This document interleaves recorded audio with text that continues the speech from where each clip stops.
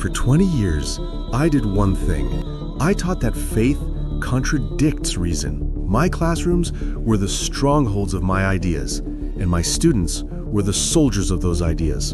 Until one day, as a philosopher, I picked up the Quran out of pure intellectual curiosity. What I found in those pages shattered everything I thought I knew about faith, reason, and reality.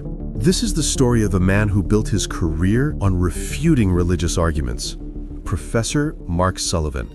And this is the record of the moment when he was forced to utter these two sentences in a trembling voice, words he never imagined he would ever say. I bear witness that there is no God but Allah.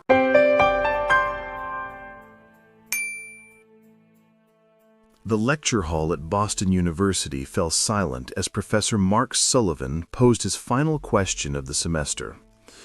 If God exists, why does he hide? It was a question he'd asked hundreds of times over his 15-year career teaching philosophy of religion. But unlike his students, who wrestled with the mystery, Mark had long since settled on his answer. God didn't hide, he simply didn't exist. At 42, Mark was everything you'd expect from a tenured philosophy professor. Tweed jackets, wire-rimmed glasses, and an office overflowing with books by Kant, Hume, and Nietzsche. His specialty was deconstructing religious arguments, and he was exceptionally good at it. Students loved his classes, not because he was hostile to faith, but because he was fair. He could present the cosmological argument better than most believers, then dismantle it with surgical precision. Religion, he would often say, is humanity's most elaborate coping mechanism. Beautiful, perhaps. Psychologically useful, certainly. But true? That's another matter entirely. Mark's atheism wasn't born from trauma or rebellion. He'd grown up in a moderately Christian household in suburban Connecticut. Church on Easter and Christmas, grace before Thanksgiving dinner, but little else. His parents were good people who happened to believe in God, and Mark bore them no resentment for it. His path to atheism had been purely intellectual, paved with philosophy texts and late-night debates in college. By graduate school, he'd read Bertrand Russell's Why I Am Not a Christian and found it liberating. The universe, he concluded, was indifferent but magnificent. Morality didn't need divine commandments. It could be grounded in reason and human flourishing. Death wasn't a doorway, but an ending, which made life more precious, not less. This worldview had served him well for 2 decades. He had a fulfilling career, a beautiful wife named Sarah, whom he'd met at a philosophy conference, and 2 curious children who asked the kind of questions that made him proud. He was content, or so he thought. The shift began with something mundane, a curriculum committee meeting. Boston University was revising its comparative religion course, and the committee wanted to ensure balanced representation of world faiths. Someone suggested dedicating equal time to Islam, which had been somewhat glossed over in previous years. "We need a professor who can engage with Islamic philosophy seriously," the department chair said, looking directly at Mark. "You're our strongest scholar in philosophy of religion. Would you consider developing that section?" Mark hesitated. His knowledge of Islam was embarrassingly superficial. The 5 pillars, basic history, common misconceptions he debunked for students confusing cultural practices with religious doctrine. But intellectually, he was intrigued. He'd spent years studying Christian theology and Jewish philosophy. Islam was a gap in his expertise. "I'll do it," he said, "but I'll need time to research properly. I won't teach anything I haven't thoroughly examined." That summer, while Sarah took the kids to her parents' lake house, Mark stayed behind, ostensibly to work. He ordered stacks of books, Karen Armstrong's Muhammad, Tariq Ramadan's In the Footsteps of the Prophet, classical texts by al-Ghazali and Ibn Sina. He watched lectures, took notes, and constructed timelines. But he kept returning to one text, the Quran itself. He'd read religious scriptures before, of course. The Bible, the Bhagavad Gita, Buddhist sutras.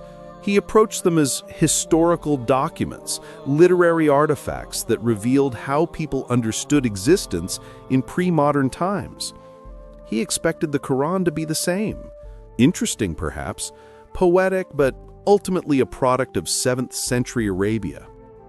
He was not prepared for what he found. Mark began reading the Quran not devotionally, but analytically, the way he'd read any philosophical text. He used multiple translations, Abdullah Yusuf Ali, Muhammad Asad, Sahih International, comparing them, noting where translators made different choices, trying to glimpse the Arabic beneath. The first thing that struck him was the structure, or apparent lack thereof. Unlike the linear narratives of the Bible or the systematic philosophy of Greek texts, the Quran seemed to jump between topics, theology, law, history, personal guidance, often within the same chapter. It was disorienting. But as he continued reading, Mark began to perceive something unexpected, a rigorous internal logic. The text wasn't random, it was recursive, themes spiraling back on themselves, each repetition adding depth and nuance. It was less like a philosophical treatise and more like a symphony where motifs returned transformed. He started keeping a journal of observations. One entry from late June read, "The Quran's epistemology is fascinating. It doesn't argue for God's existence in the way Christian apologetics does. It assumes God as the fundamental reality and argues that denial of God is essentially a cognitive failure, not lack of intelligence, but a willful suppression of what the fitra, innate nature, already knows. This is philosophically interesting, even if I disagree." Another from early July. Encountering the concept of Tawheed, absolute divine unity. It's not just monotheism, it's a metaphysical claim about the nature of reality itself. God isn't one deity among potential others.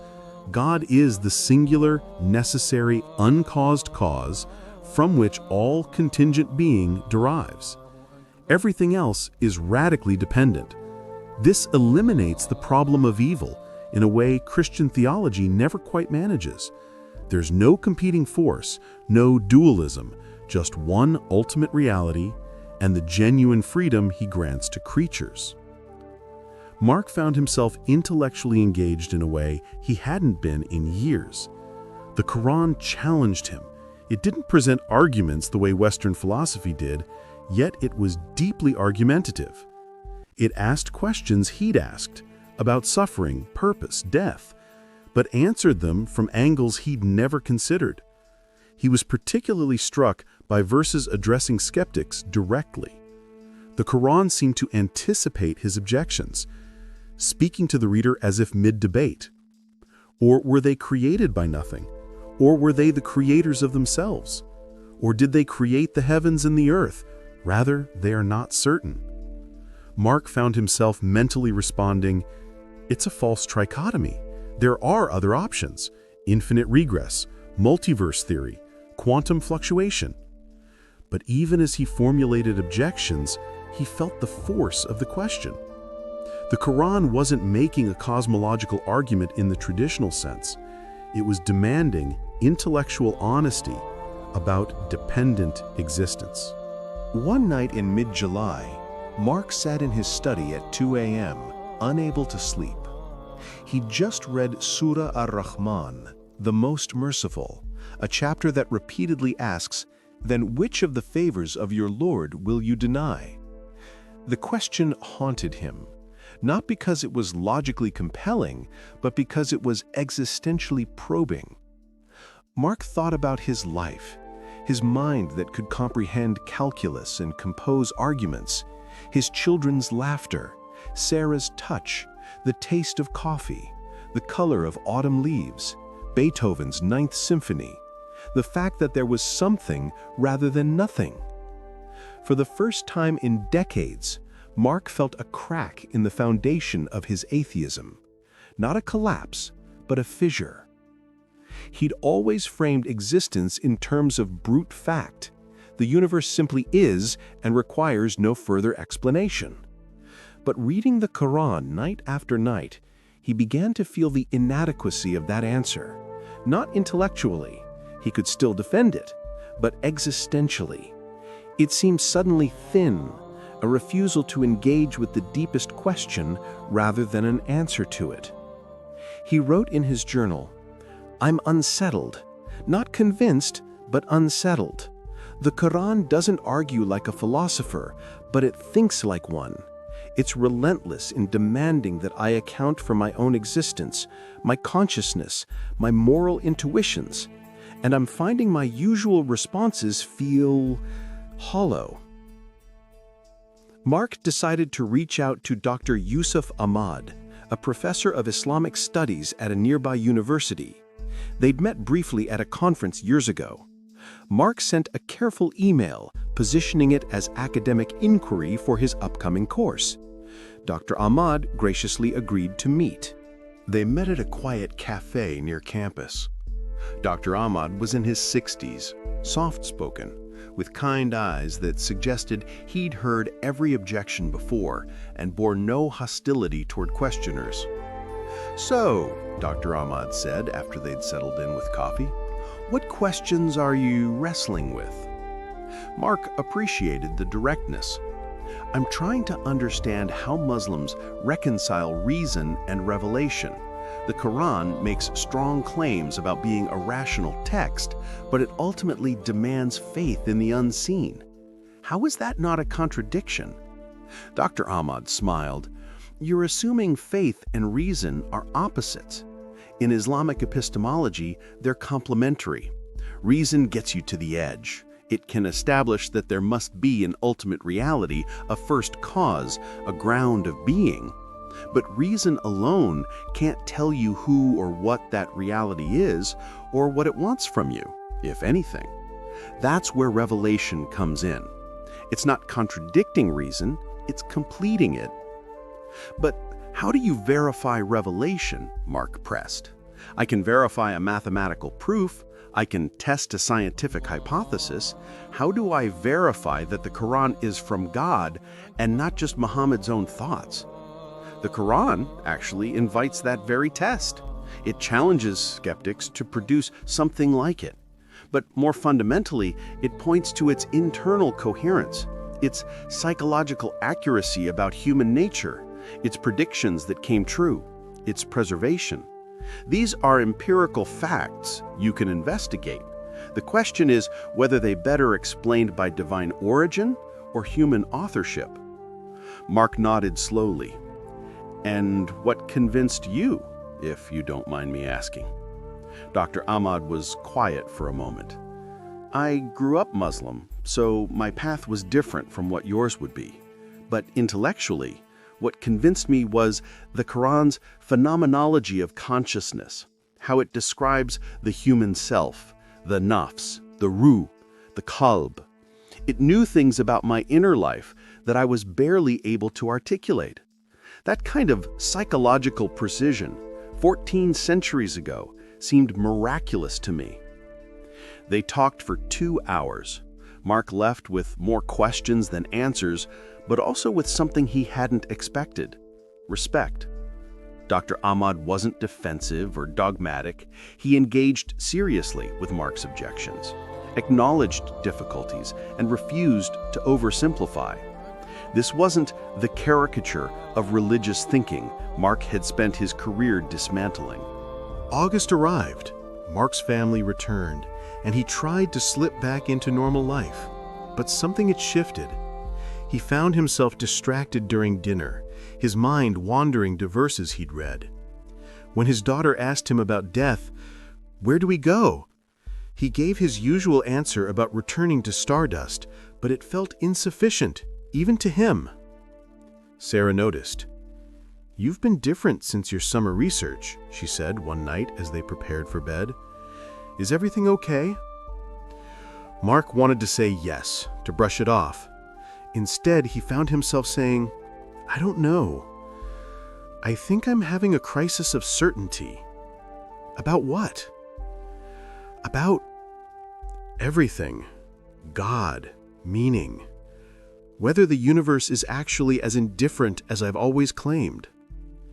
Sarah sat down on the bed, concerned. "Mark, you're one of the most confident people I know. What's causing this?" "The Quran. Reading it for the course. It's not what I expected. It's making me question things I thought were settled." To her credit, she didn't panic or dismiss him. "So what are you going to do?" "I don't know," he said honestly. "Keep reading. Keep thinking. That's all I know how to do." September came, and with it the fall semester.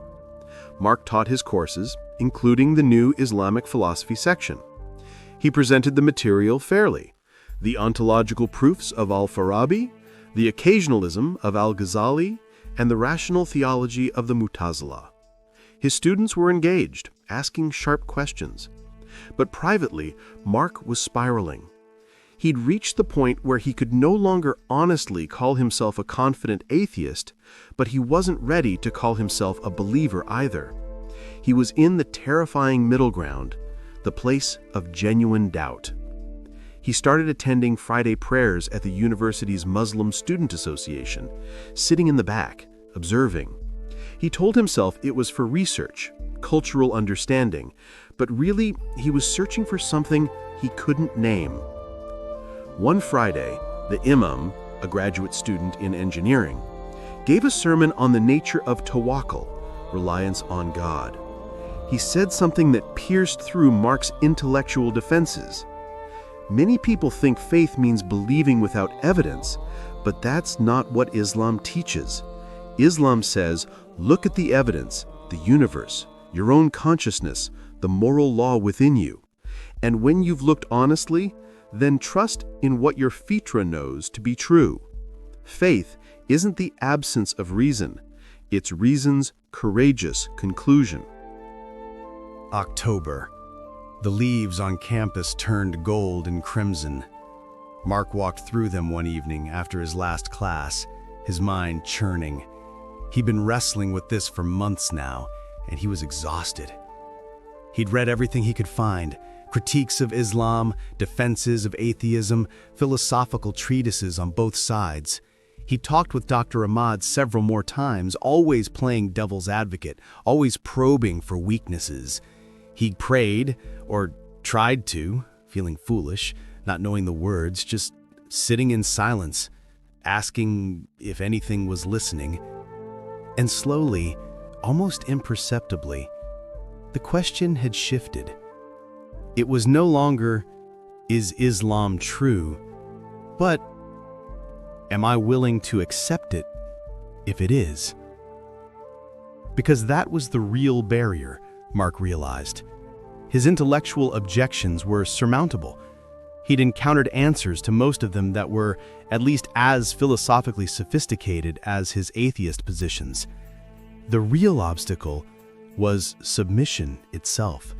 His entire identity was built on intellectual autonomy, on being the questioner, the skeptic, the one who stood outside tradition and judged it. Islam asked for something terrifying: surrender. That word, Islam itself, meant surrender, submission to God. Everything in Mark resisted it. And yet, paradoxically, that resistance itself seemed to confirm something the Quran said about the human condition. That pride, the refusal to bow, was the fundamental problem. He found himself back at the surah he'd read in July. Then which of the favors of your Lord will you deny? And suddenly, standing there among the falling leaves, Mark couldn't deny them anymore. He couldn't look at the improbable fact of his own consciousness, the mathematical elegance of the universe, the the persistent ache for meaning that naturalism could never quite satisfy, and call it all accident and illusion. Maybe, he thought, maybe faith isn't irrational. Maybe it's the most rational response to actually looking, really looking, at what is. The next day, Mark knocked on Dr. Ahmad's office door. "I think I'm ready," Mark said without preamble when Dr. Ahmad opened the door. "I don't understand everything. I still have questions. But I think I believe. And I think I need to do something about that." Dr. Ahmad's face broke into a warm smile. "Come in, my friend. Come in." They talked for an hour. Mark explained his journey, the intellectual wrestling, the gradual erosion of certainty, the growing recognition of something beyond the material. Dr. Ahmad listened without judgment, asking clarifying questions, ensuring Mark understood what he was committing to. "You understand," Dr. Ahmad said gently, "that this isn't just an intellectual position. It will change your life, your prayers, your practices, your relationship with your family and colleagues. Are you prepared for that?" Mark took a deep breath. "I'm not prepared, but I'm willing." Dr. Ahmad explained the Shahada, the testimony of faith, 2 simple sentences. "I bear witness that there is no God but God, and I bear witness that Muhammad is the messenger of Allah." "When you're ready," Dr. Ahmad said. He closed his eyes. He thought about everything that had led him here. Years of reading, months of questioning, a lifetime of searching for truth. He thought about what he was giving up, the comfortable certainty of atheism, the identity he'd built, the approval of colleagues who would think he'd lost his mind. And he thought about what he was gaining: purpose, connection, an answer to the question that had haunted him since childhood. What is this all for? He opened his eyes. "Ashhadu an la ilaha illallah, wa ashhadu anna Muhammadan Rasulu Allah." I bear witness that there is no God but God, and I bear witness that Muhammad is the messenger of Allah. The words felt strange in his mouth, foreign and familiar at once. But as he spoke them, Mark felt something shift deep within him, a sense of homecoming he hadn't known he'd been seeking. Dr. Ahmad embraced him, tears in his eyes. "Welcome, brother. Welcome home." The weeks that followed were disorienting. Mark had to tell Sarah, which was one of the hardest conversations of his life. She was shocked, confused, worried about what it meant for their family. They went to couples counseling, talked late into the night, worked through the implications. Sarah wasn't ready to join him on this path. She remained agnostic, but she loved him and agreed to navigate this together. Telling his colleagues was even more difficult. Some were supportive, curious about his journey. Others were dismissive, assuming he'd had some kind of breakdown. One senior professor said to him, "You've let emotion override reason, Mark. It's disappointing." Mark understood the reaction. 6 months ago, he might have said the same thing. But he knew something now that he couldn't articulate to someone who hadn't experienced it. This wasn't emotion overriding reason. It was reason expanding to include dimensions he'd previously ignored. He learned to pray, awkwardly at first, following YouTube videos and attending the mosque regularly. He learned to read some Arabic, stumbling over the unfamiliar sounds. He fasted during Ramadan, experiencing the spiritual discipline that came with physical hunger. He grew a short beard, wore a kufi sometimes, markers of his new identity that felt both authentic and strange. His teaching changed too. He was still rigorous, still demanded evidence and argument from his students, but there was a new humility in his approach. He no longer presented atheism as the obvious default position for intelligent people. He acknowledged the sophistication of religious philosophy, the genuine difficulties in purely materialist accounts of consciousness and morality.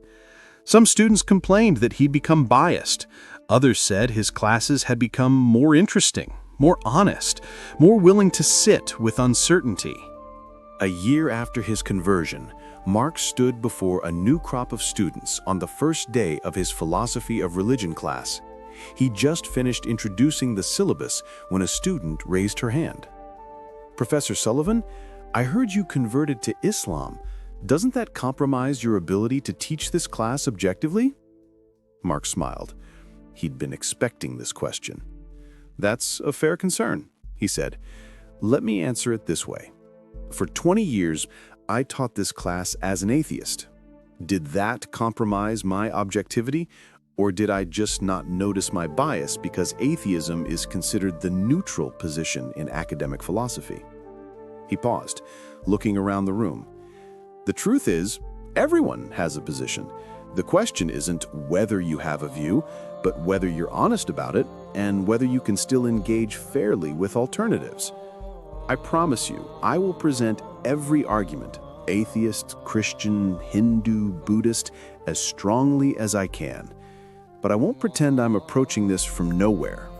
None of us are." The student nodded, seemingly satisfied. Later, in his office, Mark reflected on that exchange. He'd been a Muslim for a year now, or as he sometimes jokingly called it, a baby Muslim, still learning, still stumbling, but certain things had become clear. He'd discovered that faith and reason weren't enemies, but partners in the search for truth. Reason could clear away bad arguments, could test claims, could demand coherence. But reason alone couldn't deliver ultimate meaning or ground moral obligation. For that, you needed something more: revelation, tradition, community, prayer. He discovered that submission wasn't slavery, but freedom. For years, he'd thought he was free because he acknowledged no authority but his own reason. But that freedom had been lonely, anxious, always requiring him to justify his existence from scratch. Submitting to God meant trusting that there was a meaning beyond himself, a purpose he didn't have to invent. Most of all, he'd discovered that intellectual honesty sometimes leads to uncomfortable conclusions. He'd built a career on questioning religious claims, but when he turned that same scrutiny on his own atheism, really examined it, not just assumed it, he'd found it wanting. The Quran had asked him, "Then which of the favors of your Lord will you deny?" And in the end, Mark couldn't deny them. The universe was too beautiful, consciousness too mysterious, the moral law too insistent, the human longing for transcendence too universal to be merely evolutionary accidents. He didn't have all the answers. He probably never would. But he'd found something better than answers, a framework for asking the right questions, a tradition of wisdom to guide him, and a God who, according to the Quran, was closer to him than his jugular vein. For a philosophy professor who'd spent his life in search of truth, that was enough. 2 years after his conversion, Mark published a paper titled "From Skepticism to Submission: A Philosopher's Journey to Islam." It was controversial, garnering both praise and criticism. Some colleagues accused him of intellectual betrayal. Others thanked him for his honesty.